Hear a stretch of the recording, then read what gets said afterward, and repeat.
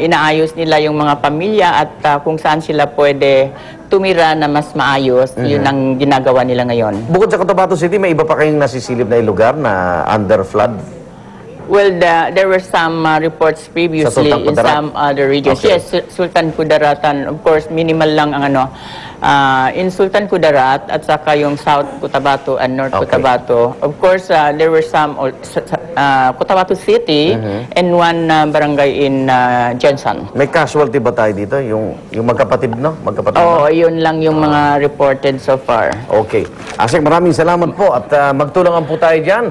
DSWD Assistant Secretary Parisha Taraji ang po ating talakayan at kailangan po natin mga kababayan ng tulong, partikular dyan po sa Cotabato City. Sana'y umaksyon po kayo. Maraming salamat po. Magbabalik ang unang hirit.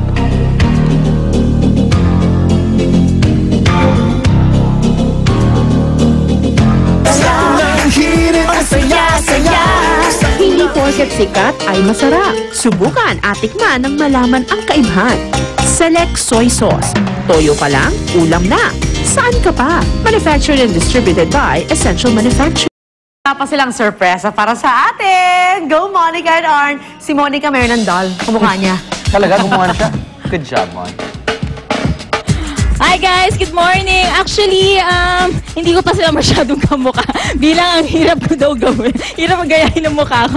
But anyway, para sa mga pupunta dito, lalo na doon sa mga nagtutour ng mga schools, ay sigurado mag-e-enjoy sila. Kasi pagpasok pa lang nila dito sa gallery, kung nasaan ako, ayan, nakikita nyo, meron silang mga dolls na naka-uniform na. Depende sa kung anong school ang magtutour dito. Like in this case, kung wari, ito, nasa tabi ko, St. Paul College, ayan, naka-St. Paul College siya na uniform. At yan, nakikita nyo mga kapuso, yan po yung mga schools na nagpunta dito. Kaya naman meron na sila na mga dolls na naka-uniform na parehas nung school nga na yon. So, I hope yung school ko nung high school ay nandyan para naman makita ko siya at maalala ko ang aking high school. Anyway, bukod po dyan sa nakita natin mga kapuso, may iba't ibang klase pa po ng thematic display of dolls dito. So, isa nga dyan ay ito nga tinatawag nila na wedding theme. Dyan sa wedding theme, makikita nyo, syempre, may bride and groom na dolls. And iba't ibang klase ng mga gowns ang makikita dyan. So, pwede kayong ma-inspire kung sakaling gusto magpakasal. Ayan, makakakuha kayo ng inspiration dyan. At ang cute talaga nila. Kahit na mga dolls sila, nakakakilig silang tingnan. Okay, so after dyan sa wedding theme, dito naman sa aking kanan, ito po yung tinatawag nila na Hot Air Balloon Festival theme. So, dito, obviously, medyo hot air balloon ang makikita dito. Even yung kanyang background, eh, nakita nyo talaga na mga tamang-tama siya sa tema. And of course, yung damit ng ating mga dolls, eh, akmang-akma rin doon sa temang hot air balloon. Now, punta tayo dito sa susunod na area. Ito naman po yung tinatawag nila na Grand Prix theme ng display, of course. Dito, dahil nga siya ay Grand Prix, meron tayong sasakyan bilang ito nga ay isang kuwari karerahan. And of course, may spectators na mga dolls. At ayun, nakita natin iba't ibang klaseng characters, of course, iba't ibang klaseng mga spectators yung mga yan. Now, this is one of my favorites actually. Ito yung tinatawag naman nila na sports stadium. Dito naman, makakakita tayo ng different kinds of athletes. So, ayan, depende kung anong klaseng athlete yung gusto nyo, meron kayo dyan. Meron nagfe-fencing, may mountain climber, badminton, lahat halos klase na sports, meron dyan. Kaya naman nakakatuwa talaga na tingnan sila. Okay, and sa katabi niyang sports stadium, nandito naman yung Carnival Clown Parade. So ito, yung mga characters na nakikita natin kapag tayo pumupunta sa mga carnivals, nandyan. Siyempre, hindi mawawala ang mga clowns. And different kinds of clowns din. And ito lang nakita na clown na bear, di ba? Kalaan nyo, meron palang bear na clown. Ayan, and syempre may mga balloons. And very colorful siya bilang ito nga ay Carnival Clown Parade theme. And of course, doon sa bandang dulo, yan naman yung tinatawag nila na dance, ballerina dance at the ballet theme. Ito naman, ayan, parang ballet dress ang ating mga manika. Ay, ang cute. I love it.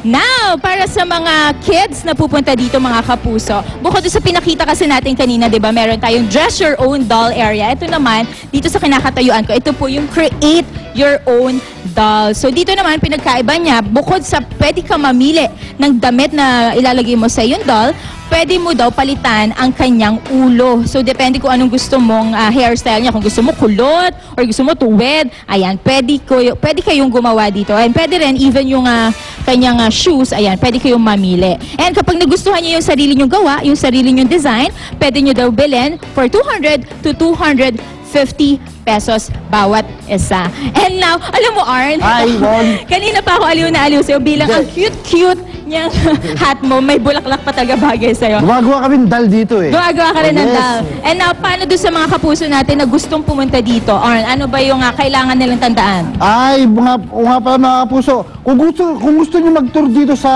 museum na to, eh bukas po ito mula mula Lunes hanggang Biyernes from 8 to 5 p.m. At meron pong bayad na 150 pesos kada ulo. Ayun. And yung 150 naman yun, I think meron pa silang souvenir. May souvenir pa silang mga kasama, kaya sulit na sulit naman. Sige, Arn, sige na mag-create ka ng dal mo siya. Okay, tapos mamibigay mo sa akin. Ayun po, mga kapuso, mula po dito sa Dolljoy Doll Museum sa Pasig City, babalik po unang hirit. Sa unang hirit, ang saya-saya. Sa unang hirit, unang hirit. Maraming salamat sa aming sponsors, Ultra Mega Supermarket. Unang hirit, unang. Masasarap ang inyong mga paboritong ulam kung may tamang asim ng Silver Swan sukang puti. Mabango, swabe sa lalamunan, at hindi masangsang sa ilong. Silver Swan sukang puti, tamang asim. May utang na loob ka. LTO Chief Assistant Secretary Virginia Torres ngayong araw. Yan ay matapos ang kanyang 2 buwang leave of absence. Mula sa LTO Head Office sa Quezon City, may live report si JP Soriano. JP! Arnold, dumating na nga rito sa LTO Head Office sa Quezon City itong si Virginia Torres. Kasama niya yung mga tauhan at opisyal ng LTO. At ito nga, Arnold, tama, kagaya nga na inyo nabanggit, itong unang beses na nakabalik sa LTO itong si Virginia Torres matapos ang 60 days na leave of absence. Agad niyang kinamayan ang mga tauhan na nakasalubong niya.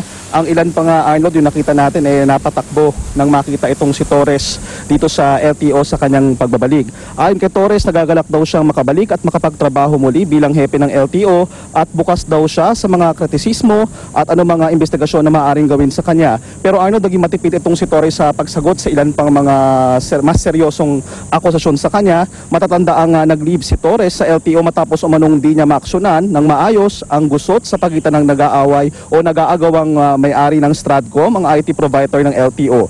Mamayang alas 10 ng umaga, Arnold, ay isang presko ng gaganapin dito. Sagot lang sa mga naging criticism sa inyo. Welcome na ito.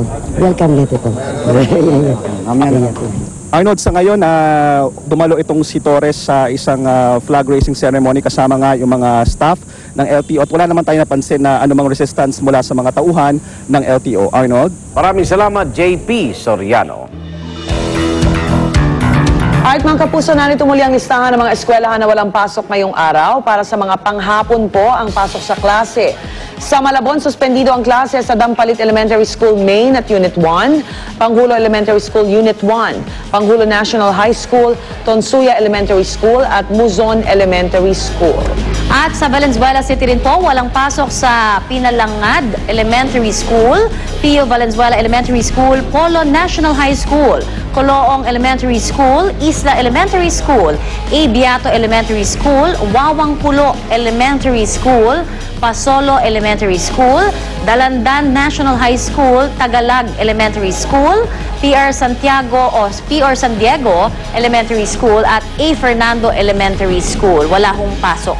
Suspendido na rin po ang klase sa preschool, elementary at high school, public or private man yan sa buong Olongapo City, Mabalacat at Angeles City, Pampanga. Sa May Kawayan, Bulacan naman, suspendido ang klase sa Longos Elementary School, Zamora Elementary School, Saluisoy Central School at Bangkal Elementary School. Alright, magbabalik po ang unang hirit. Yan lang kayo.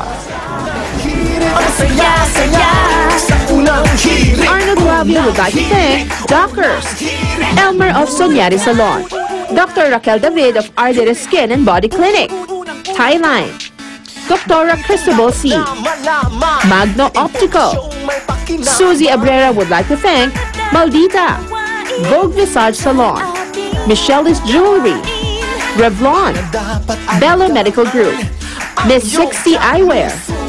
Rhea Santos would like to thank SM Department Store, The Skin Specialist, Head Zone Salon, Revlon, Golden Hills Jewelry, Susan Enriquez would like to thank Studio Zen Salon. Let's face it, Sa unang hirit, unang-una ka. Sa unang hirit, serbisyong totoo ang unang hirit. to commemorate Xavier School's 55th anniversary, formal nang ipinakilala ang Xavier School Runathon. Bukas ito sa publiko na magaganap sa school grounds ng paaralan. Layunin ng aktibidad ay promote ang kaalaman tungkol sa Parkinson's disease at cerebral palsy.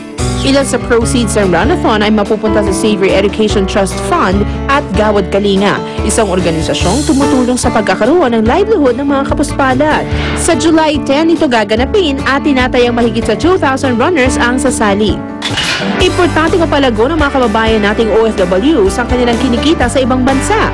Kaya naman, karamihan sa kanila ay sumasabak sa pagnenegosyo. Kailangan na ay maituro ang basics upang hindi naman masayang ang kanilang pinaghirapan. Sa balikbayang bagong kabuhayan ng Pigrolak, isang useful seminar ang napakinabangan ng mga attendees. Seasoned professionals and experts ang nagbigay ng business insights at nag-offer ng training sa mga nais magpalawig ng kanilang negosyo. Road safety ang isa sa isinusulong ng Shell at sa bagong fleet of trucks para sa kanilang LPG brand na Shalane at ang Mercedes-Benz na kilala sa buong mundo sa larangan ng safe at high-quality trucks. Nagsanib-puwersa ang dalawang higanting kumpanya upang ihatid ang high-quality services sa grand reveal ng LPG truck na Mercedes-Benz Actros LPG truck. Ibinida ang cutting-edge technology tulad ng stability control. Ayon sa Food and Nutrition Research Institute, 2 sa bawat 10 bata ang kulang sa timbang.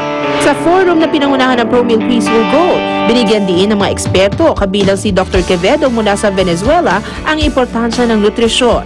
Ayon sa kanya, iodine, iron, vitamin A, vitamin D at zinc ang mga at-risk na nutrients. Sa pamamagitan ng mga nutritional supplement, matutugunan ang kakulangan sa nutrisyon.